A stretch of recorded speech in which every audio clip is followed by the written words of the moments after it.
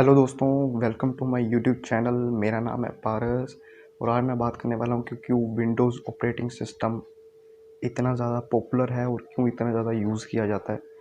तो एक बात मैं आपको बता दूँ कि इस वक्त जो पीसी यूज़र्स हैं वर्ल्ड में, तो उनमें से 88% यूज़र्स जो है वो विंडोज़ यूज़ करते हैं।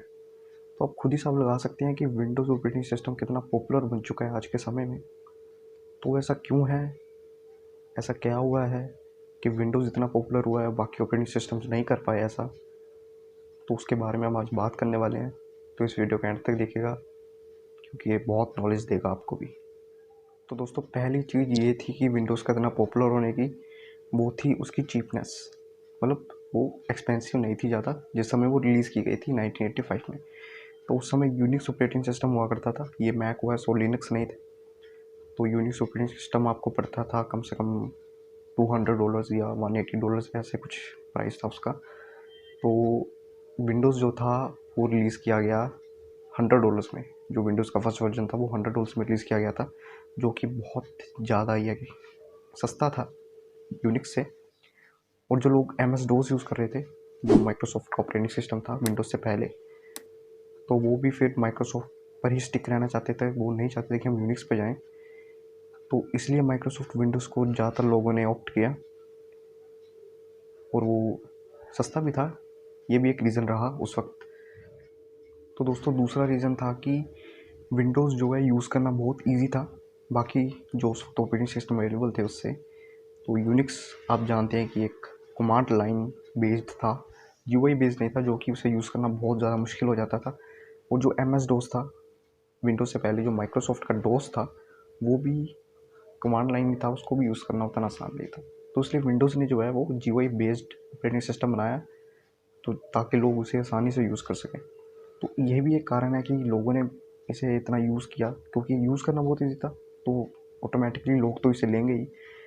तो ये भी एक बहुत इम्पोर्टेंट रीज़न है विंडोज़ के पॉपुलर होने का। तो दोस्तों, तीसरा रीज़न था कि कोई इसका कॉम्पिटिटर ही नहीं था। तो जिस समय इसको रिलीज़ किया गया कि इसका कॉम्पिटिटर था ही नहीं, क्योंकि उस समय ना लिनक्स आया था और ना ही मैक ओएस। तो उसको कॉम्पिटिट करने वाला कोई और ऑपरेटिंग सिस्टम था ही नहीं।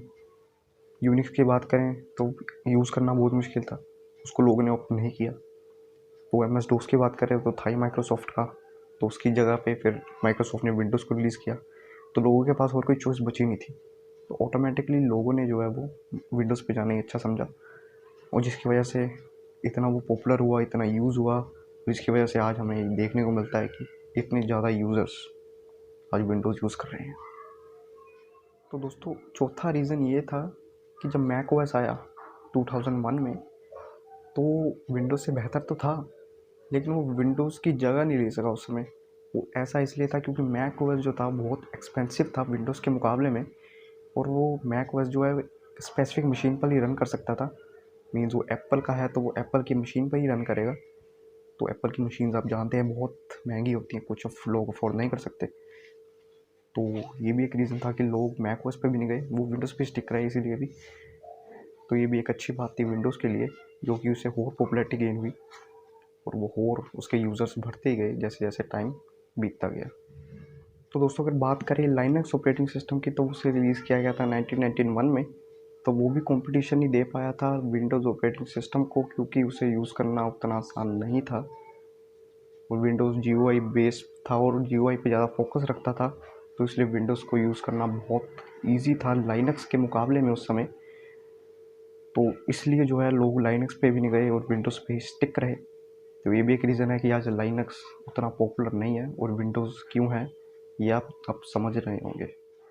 तो दोस्तों, अब भी आप अगर लैपटॉप या सीपीयू बाय करते हैं तो आपको उनमें इनबिल्ट विंडोज़ ही मिलता है, क्योंकि विंडोज़ का पार्टनरशिप होता है कंपनीज़ के साथ। तो इसलिए वो आपको इनबिल्ट विंडोज़ ही देते हैं। तो इसकी वजह से विंडोज़ के ये भी एक रीज़न है कि विंडोज़ के यूज़र्स बढ़ते जा रहे हैं। और विंडोज़ की ऐसे ये पूरा एक कॉन्सेप्ट होता है मार्केटिंग का, तो ये बहुत अच्छा एक कॉन्सेप्ट है जो कि विंडोज़ को ग्रो करा रहा है धीरे धीरे, और ये बहुत ज़्यादा बढ़ चुका है। तो दोस्तों, आप समझ चुके हैं कि क्यों विंडोज़ इतना पॉपुलर हो चुका है और इतना यूज़ क्यों हो रहा है।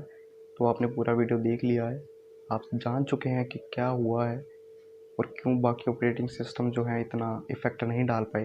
यूज़र्स पे। तो दोस्तों अगर आपको ये वीडियो अच्छा लगा तो इसको लाइक कीजिए, मेरे चैनल को सब्सक्राइब कर लीजिए और अपना ख्याल रखें। Thank you.